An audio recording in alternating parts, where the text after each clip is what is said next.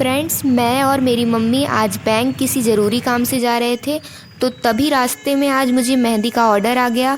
और अब मैं इस सोच में पड़ गई कि अब मैं ऑर्डर में कैसे पहुंचूंगी, क्योंकि हम बैंक के लिए निकले थे 12 बजे और ऑर्डर पे मुझे 2 बजे पहुंचना था। तो फ्रेंड्स, अब मैं पूरी तरीके से धर्म संकट में फंस चुकी हूँ कि अब मैं मम्मी का काम करवाऊँ या अपने ऑर्डर पे जाऊँ, क्योंकि मम्मी का काम तो ज़रूरी है ही और मेरा ऑर्डर भी ज़रूरी है।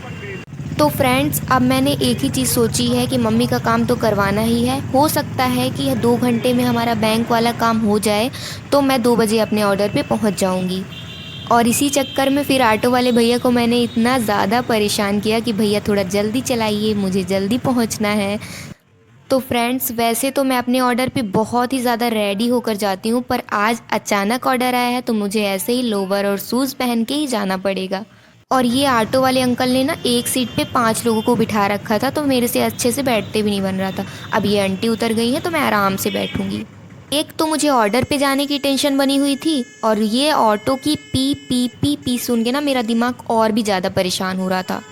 फ्रेंड्स, इतनी सारी समस्याओं का सामना करने के बाद हम अभी पहले स्टॉप पर पहुंच गए हैं। अभी बैंक थोड़ा दूर है तो वहां हमें पैदल ही जाना है। गरम गरम चाय। गरम चाय की प्याली हो, कोई मुझको पिलाने वाली हो। तो फाइनली अब बैंक के दर्शन हो गए हैं। अब जल्दी से बस मम्मी का काम हो जाए। और यहाँ बैंक में भी काम ही लगा हुआ है, मतलब जिसको देखो वो काम में ही लगा हुआ है। तो बैंक का काम ख़त्म होने के बाद मैं मम्मी को विदा करते हुए अपने ऑर्डर के लिए निकल रही हूँ। और ऑर्डर पे पहुँचने के लिए अब मेरे पास सिर्फ आधे घंटे हैं, क्योंकि 1:30 ऑलरेडी बज चुके हैं। तो फ्रेंड्स, अब मैं दीदी के घर पहुँचने ही वाली हूँ। और ये मेरी क्लाइंट मुझसे पहले भी मेहंदी लगवा चुकी हैं। तो घर पहुँचने के बाद ज़्यादातर जैसा घरों में होता है वैसा ही यहाँ पे भी हुआ है। मेरी क्लाइंट अभी अपने बेबी को सुलाने गई हैं और मुझे वेट करना पड़ रहा है, पर कोई नहीं, मैं तो टाइम पे पहुंच गई हूँ। तो जब तक दीदी आएंगी तब तक मैं अपने कोन रेडी कर लेती हूँ। तो ये कोन ना पिछली वाली बुकिंग से बच गए थे, आज मैं इन्हीं कोन का यूज़ करूँगी। तो फ्रेंड्स, ये यम्मी यम्मी नाश्ता आ चुका है, और फिर क्या, मैं तो हूँ ही भुक्खड़।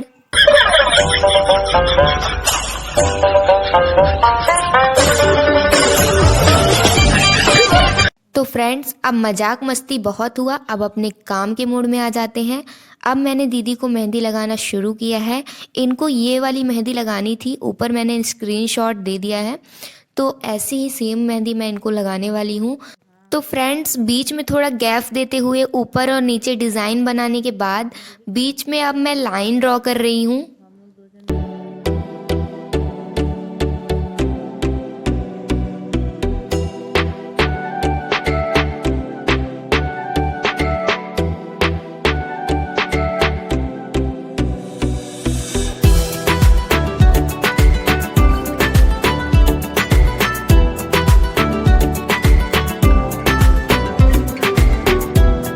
तो फ्रेंड्स, काफ़ी सारी मेहनत करने के बाद ये दीदी की डिज़ाइन रेडी है।